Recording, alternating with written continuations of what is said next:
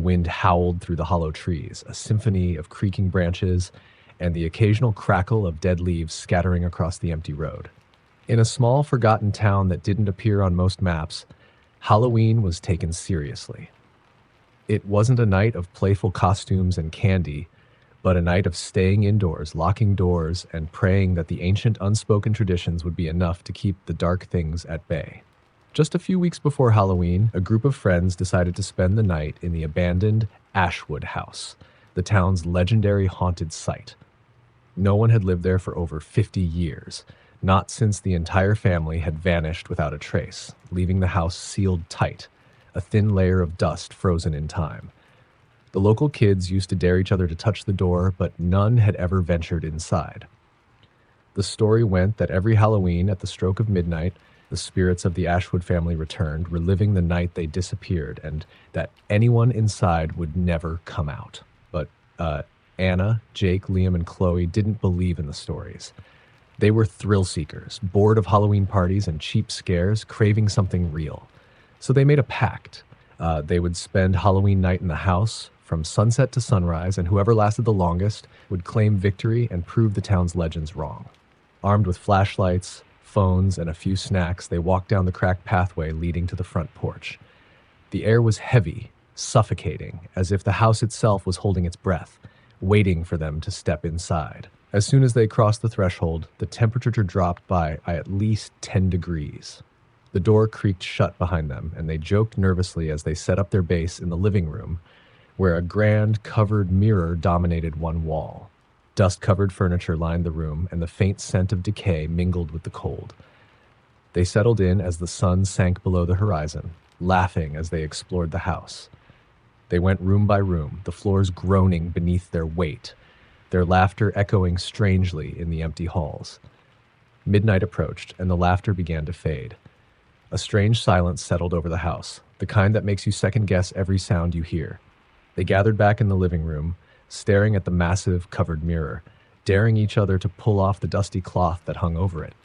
The old tales said the Ashwood family had been obsessed with mirrors, believing they were gateways to another world, one that had claimed them in the end. Finally, Anna yanked the sheet away with a flourish, revealing a tarnished antique mirror. Their reflections stared back, pale and distorted by the age-warped glass. Suddenly, the old grandfather clock in the hallway struck 12.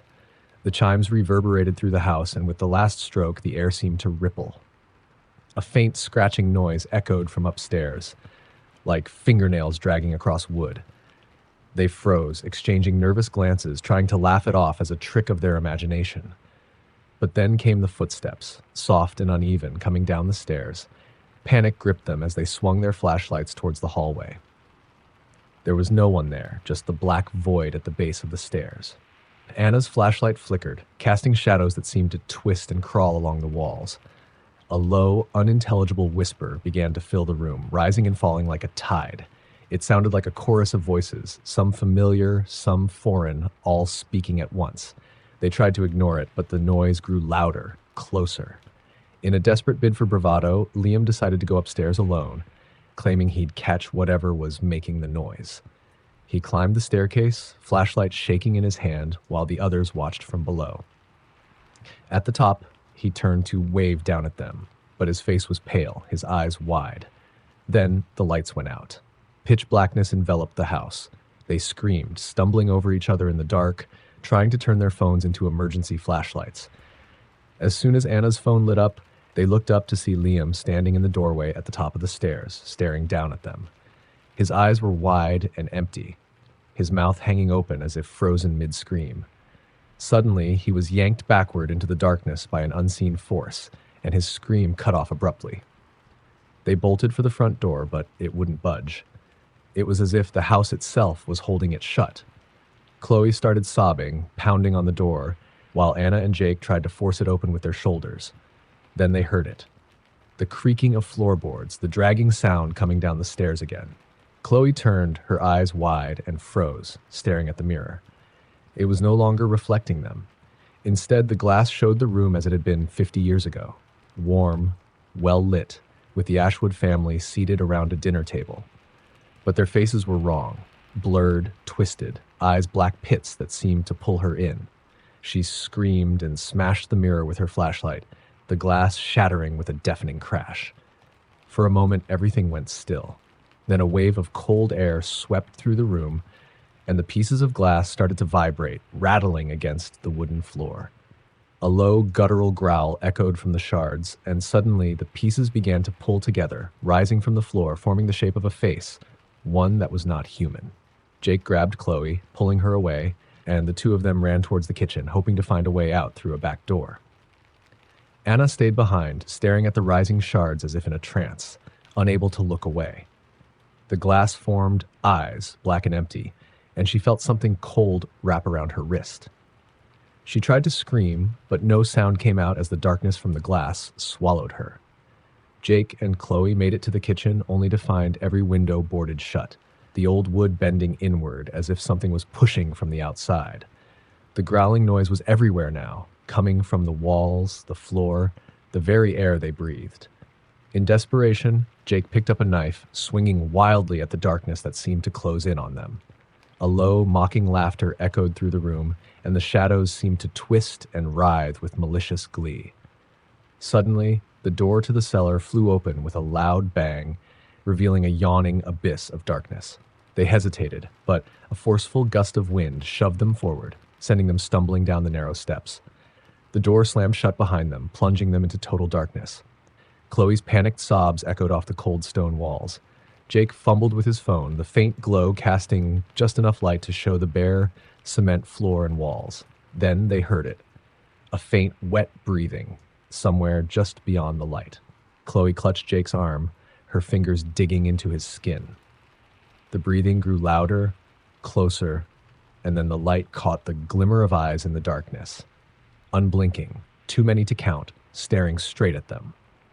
Jake dropped his phone, the light spinning across the floor as something lunged from the darkness, dragging Chloe away with a shriek that cut off too quickly. Jake was alone, the darkness pressing in, the eyes surrounding him.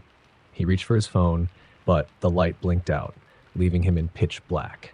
He heard the whispers again, closer, clearer, calling his name. He tried to scream, but something cold and wet clamped over his mouth, pulling him down into the dark. When the townspeople found the Ashwood house the next morning, there was no sign of the friends, only the shattered remains of an antique mirror, and a thick layer of dust covering the floor as if it had been untouched for 50 years. But if you look closely at the reflections in the windows, they say you can sometimes see their faces, pale and wide-eyed, mouths open in a scream that no one can hear. Every Halloween, the lights flicker inside the house and the wind carries faint, desperate whispers. No one dares go inside anymore. The town remains silent, houses locked tight as the sun sets and the moon rises. But if you ever find yourself alone on that empty street, the Ashwood house looming in the distance, you might hear the faint sound of footsteps behind you. Whatever you do, don't look back. Because the Ashwood family is still waiting, and they always want more company. On a fog-choked October evening, where the mist hung like a shroud over the sleepy rural town, 8-year-old Emily wandered into the woods despite the warnings. Everyone in the town spoke of the Watchers, a local legend about shadowy figures that lurked among the trees, silently observing anyone who dared enter after dark. No one knew what they were, only that people who went missing in those woods were never found, and strange, echoing laughter was heard on the nights of their disappearances. Emily had heard the stories from her friends, but she didn't believe them. Halloween was just around the corner, and the kids at school teased her mercilessly, calling her a coward when she refused to follow them into the woods. Determined to prove her bravery, she waited until her parents were asleep, slipped out of her bedroom window, and walked towards the edge of the forest. She had only gone a few steps when the silence hit her. It was like stepping into a world where sound had been swallowed whole. No crickets chirped, no leaves rustled, just the muffled crunch of her small feet on the damp forest floor. Her flashlight barely cut through the thick fog, and the beam wavered as she moved deeper, the tall, skeletal trees closing in around her like twisted fingers. A cold, metallic smell hung in the air, and she shivered, wondering why she had come at all. Then she heard it, a faint, distant hum. It was melodic and unnatural, like a nursery rhyme sung through gritted teeth. She froze, straining to catch the source, but it seemed to come from everywhere and nowhere all at once. The fog seemed to pulse with the sound, moving like it was alive. Emily's heart pounded, and she was about to turn back when she saw it. A faint glow, deep among the trees, pulsing with a sickly yellow light. Curiosity overpowered fear, and she crept towards the light, each step louder than the last in the suffocating silence. As she got closer, she saw the outline of a small, rundown cabin, barely visible through the fog. The light was coming from a single window, flickering as if from a candle. She stepped closer, holding her breath when she noticed something strange. The ground beneath her seemed to ripple with her footsteps, like stepping on a shallow puddle. But there was no water, only cold, damp earth. The singing grew louder, clearer, a twisted melody that made the hair on the back of her neck stand up. She reached the window and peeked inside. Her eyes widened and she covered her mouth to keep from screaming. In the middle of the empty room was a circle of wooden dolls, old and worn, dressed in ragged clothes, with black button eyes staring straight at her. They sat in a ring around a lone, flickering candle, their faces all turned towards the door. She stumbled back, dropping her flashlight, which rolled away into the darkness. Suddenly, the singing stopped. Silence returned, heavy and suffocating, pressing against her ears. Her breath caught as she saw one of the dolls, just for a moment, move its head to look directly at her, a jerky, unnatural motion like a marionette on tangled strings. Emily turned to run, but the door to the cabin swung open with a slow, groaning creak. Cold air blasted out, carrying the unmistakable scent of rotting wood and something worse. She heard footsteps now, light, uneven, almost playful, moving towards the doorway. Then she saw it, a shadowy figure, barely visible in the darkness, standing just inside the cabin. It was tall and thin, impossibly gaunt, its limbs unnaturally long and spindly. She couldn't make out a face, just two glinting pinpoints where eyes should be. With a cry, she bolted back the way she came, stumbling through the trees, branches clawing at her hair and clothes. She ran blindly, heart hammering, until she saw the faint glow of streetlights ahead. She burst out of the woods, gasping, tears streaming down her face, and didn't stop running until she was back in her bedroom, under the covers, shaking uncontrollably. She never spoke about what she saw, not even when her parents asked why her clothes were covered in mud. She stayed silent, pretending it had all been a nightmare. But as Halloween approached, Emily noticed something was wrong. She would wake up in the middle of the night to the sound of soft, shuffling footsteps outside her window, but whenever she looked, there was nothing there.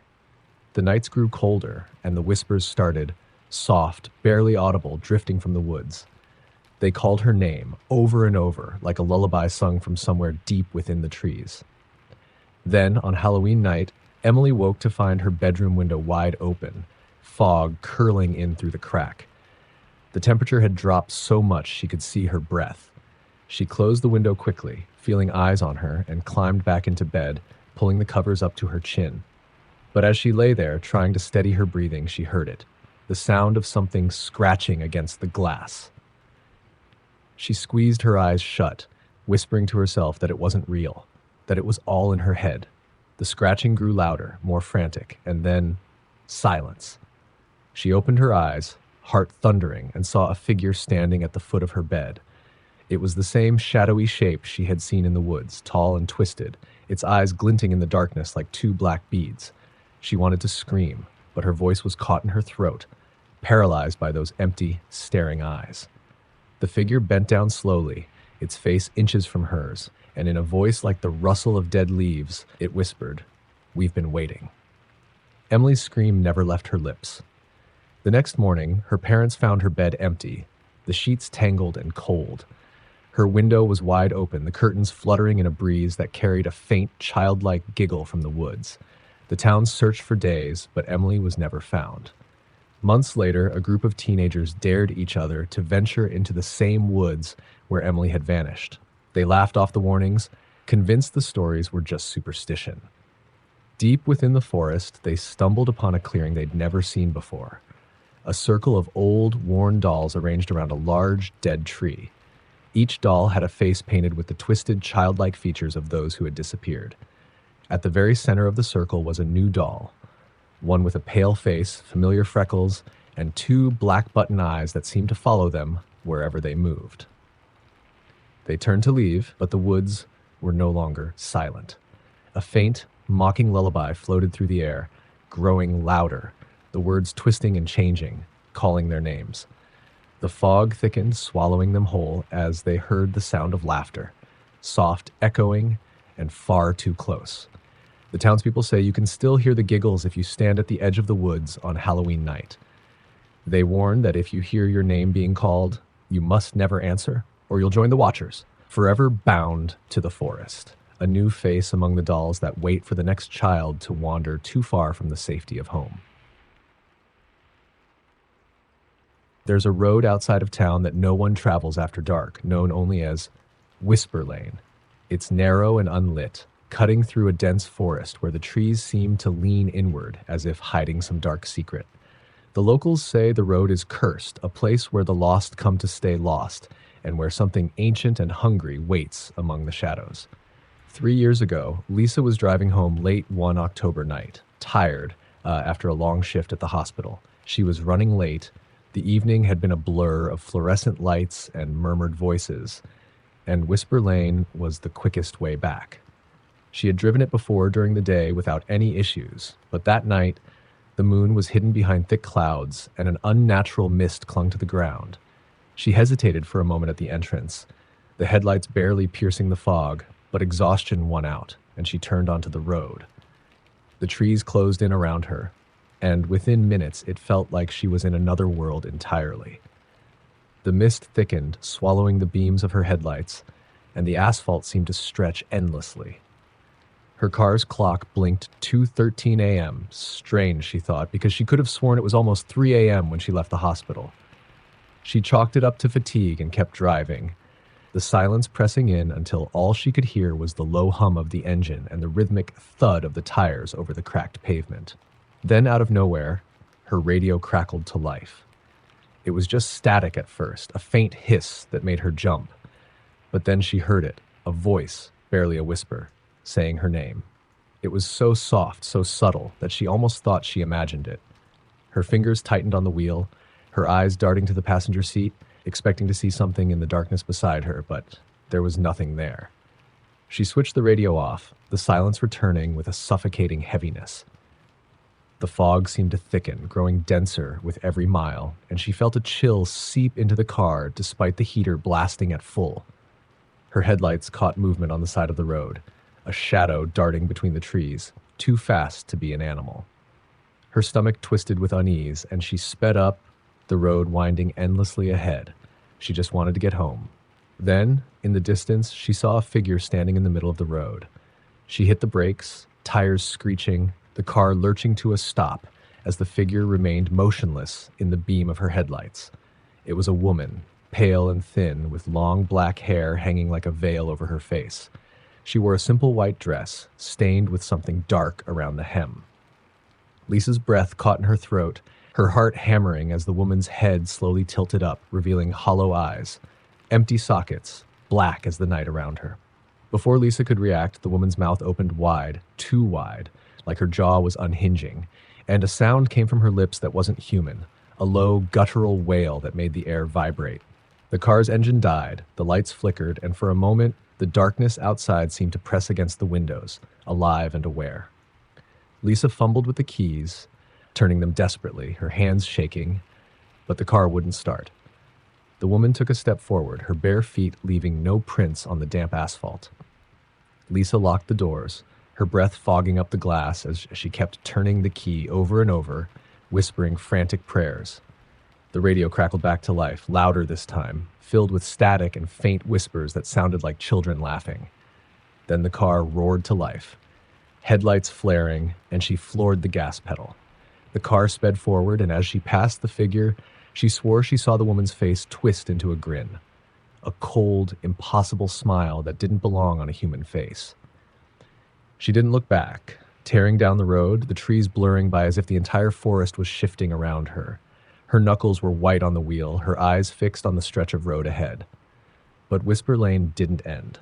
It just kept going, the fog thickening until it seemed like she was driving through a tunnel of white. The clock blinked again. 2:13 a.m. She hit the gas harder, the engine whining, but no matter how fast she went, the scenery never changed. Panic clawed at her, and she slammed the brakes, bringing the car to a skidding halt. The fog swallowed the world around her, and in the rearview mirror, she saw the woman again, standing just behind the car, her eyes empty, her mouth wide in that horrible, twisted smile. Lisa screamed and stomped on the gas. She didn't care if she crashed, she just needed to get away. The road twisted and curved, becoming narrower and darker, and she drove recklessly, the car shuddering with every bump. Then, just as suddenly as it had begun, the fog cleared, and she saw the familiar streetlights of her town ahead. She sped forward, the trees opening up, and burst onto the main road with a sob of relief. She pulled into her driveway, heart racing, hands shaking so violently she could barely get the keys out of the ignition. She ran inside without looking back, locking every door and window before collapsing on the couch. She never spoke of what happened that night, convincing herself it was just exhaustion, a trick of the fog. But strange things started happening after that. At first, they were small. A tapping at her bedroom window late at night, the sound of soft footsteps in the hall when she was alone, and that strange chill that never seemed to leave the corners of her house. Then, the dreams began. Every night she found herself back on Whisper Lane, the road stretching endlessly in front of her, the woman's hollow eyes staring at her from the darkness. She would wake up at exactly 2:13 a.m., drenched in sweat, the faint sound of static whispering in the corners of the room. One evening, she received a letter in the mail with no return address. It was a single piece of paper, blank except for one line, written in shaky, childlike handwriting. "She sees you." The power went out and the house was plunged into darkness. Lisa lit candles, shaking, and felt a cold breeze drift through the room. Her phone buzzed, and when she picked it up, the screen flashed 2:13 a.m., though it was barely 8 p.m. In the glow of the candlelight, she saw her reflection in the window. But it wasn't her face looking back, those hollow eyes, that wide, inhuman smile. Her breath caught, and the glass cracked, a spiderweb of lines spreading from where she stood. The cold seeped into the room, and she knew deep down that she was no longer alone. The next morning, her neighbors found her car still in the driveway, the front door wide open. Inside, the house was empty, untouched, except for the broken window in the living room and a faint scent of something cold and rotting. Lisa was never seen again, and the town's whispers grew louder. To this day, drivers who take Whisper Lane at night sometimes catch a glimpse of her, standing in the distance, her figure barely visible through the mist. She stands still, staring, her empty eyes watching as they pass. And if you're unlucky enough to hear the radio crackle with static, you might just hear her voice whispering a name, your name. The locals don't use the road anymore, and they warn strangers away with the same story. Once Whisper Lane has you, it never lets go. It was an old, forgotten farmhouse on the edge of town, abandoned for as long as anyone could remember. Rumor had it that in the late 1800s, the family who lived there vanished without a trace, leaving behind nothing but a cold, empty shell. No one ever knew what happened to them, but every Halloween, strange lights were said to flicker in the windows, and a low hum could be heard if you stood close enough to the boarded-up front door. Mia and her friends, Jack and Lucy, were thrill seekers, and urban legends were their favorite pastime. So when Halloween came around, they decided it was time to face the old Marlowe house, the most haunted place in their small town. They made a pact to spend the night inside the house, recording whatever they encountered. Armed with flashlights, cameras, and a voice recorder, they set off at dusk, the chill of October wrapping around them like a second skin. The house loomed ahead, dark and hulking against the twilight. Its windows were gaping holes like eyes staring down at them, and the paint had long since peeled away, leaving a skeletal frame. The front door creaked open easily, revealing a musty darkness that swallowed the light from their flashlights. Dust hung heavy in the air, and the temperature dropped sharply the moment they crossed the threshold. The house smelled of mildew and old wood, but underneath it, there was a faint scent of something else, something metallic like rusted iron. They made their way through the ground floor, finding nothing but decaying furniture and crumbling wallpaper. Mia felt a prickle at the back of her neck, but she kept going, trying to laugh off the uneasy feeling. The house was silent, save for the occasional creak as the old floorboards settled under their weight. When they reached the staircase, Jack paused, shining his flashlight upward. "I swear I saw something move," he whispered, but no one else had seen it. They chalked it up to nerves and made their way upstairs, the wood groaning under their feet. They explored each of the bedrooms, one by one. They were empty, stripped of anything that might tell the story of the people who once lived there. In the last room at the end of the hall, they found something strange. A single chair sitting in the middle of the room, facing the corner. It was old and covered in cobwebs, but it looked almost as if someone had been sitting there recently. The air in the room was colder, and Mia shivered, feeling as though she were being watched. Suddenly, Lucy gasped. "Did you hear that?" she asked, voice trembling. The others shook their heads. Lucy's face was pale. "It was like a whisper right behind me." They decided to set up their equipment in that room, leaving the voice recorder on the chair. The atmosphere was tense as they sat on the floor asking the usual questions. "Is anyone here? What happened to you?" But the house remained silent. Mia's flashlight started flickering, and she tapped it, frowning. Then they heard it, a faint scraping sound coming from somewhere below them, like nails on wood. "Maybe a raccoon," Jack said, though his voice wavered. But the noise got louder, more distinct. It was rhythmic, steady, and seemed to be coming from the living room downstairs. Mia felt the hairs on her arms stand up. "Let's check it out," she said, though her stomach twisted with dread. They made their way back downstairs, the scraping sound growing louder. As they reached the bottom of the stairs, the sound stopped. They swung their flashlights around, illuminating nothing but old furniture and darkness. Then the temperature dropped, and their breath fogged in front of them. "Did you feel that?" Lucy asked, rubbing her arms. Before anyone could answer, the old wooden radio in the corner crackled to life, filling the room with a static hiss. It hadn't been plugged in, and there was no electricity in the house. A cold, hollow voice drifted through the static, speaking words they couldn't understand. Jack stepped closer, reaching out to turn it off, when the voice stopped abruptly and was replaced by a single high-pitched wail. All three of them jumped back as the wail echoed through the house, fading into an awful silence. They looked at each other, wide-eyed, and Mia saw something move in the corner of her vision. She spun around, but there was nothing there, only shadows shifting unnaturally. "I think we should leave," Lucy said, her voice barely a whisper. They agreed and headed for the front door, but when they tried to open it, it wouldn't budge. Jack pulled harder, but the door was stuck fast, as if something on the other side was holding it shut. Panic set in, and they started banging on the wood, yelling for help, but no one was around to hear. Then the laughter began, soft at first, like a child's giggle, echoing through the house.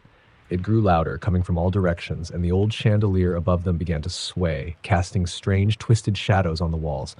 Mia's flashlight flickered again and then went out completely. In the darkness, she saw movement, a shape, hunched and crawling, darting between the shadows. She fumbled with her phone, trying to turn on the flashlight, and when the beam finally cut through the darkness, it illuminated something that made her scream. There, crouched in the corner, was a figure, small and emaciated, with long, tangled hair obscuring its face. Its hands were twisted into claws, and it moved like a spider, jerking and twitching. The laughter stopped, and the figure's head snapped up, revealing a face that was all wrong. Its eyes were too big, too black, and its mouth was stretched into an unnatural, toothless grin. Mia stumbled back, dropping her phone, and the thing lunged at her, moving with inhuman speed. The flashlight beam died as she scrambled back, and the house was plunged into complete darkness. She heard Jack and Lucy shouting, felt something cold and clammy brush against her arm, and then silence. When she opened her eyes, she was lying in the middle of the living room floor, alone. The house was dead silent, and her friends were gone. Her phone lay inches from her hand. The screen cracked, displaying 3:13 a.m. She stood up shakily, calling out for Jack and Lucy, but there was no response. Mia ran to the front door and found it open, the cold night air rushing in. She fled, not stopping until she was back at her house, locking herself inside. She tried calling her friends, but their phones went straight to voicemail. They were never seen again, and no one believed her story. The police searched the house and found nothing. No radio, no strange voices, just a rotting building that had been abandoned for over a century. But Mia knew what she had seen. She moved away, hoping to forget, but the nightmares followed her. Every night she dreamed of the house, of the laughter, the shifting shadows, and the creature with that terrible grinning face. Years later, on another Halloween night, a new group of teenagers decided to explore the old Marlowe house. They never returned either. Some say that if you drive by the house in the dead of night, you can still see a flicker of light in the windows, a faint glow that moves from room to room, and the sound of a child's giggle carried on the cold October wind. The townspeople avoid the house now, saying that it hungers for the curious, and that once you step inside, you never truly leave. Mia still dreams of the house, but now the laughter has changed. It's not children's laughter anymore. It's her own.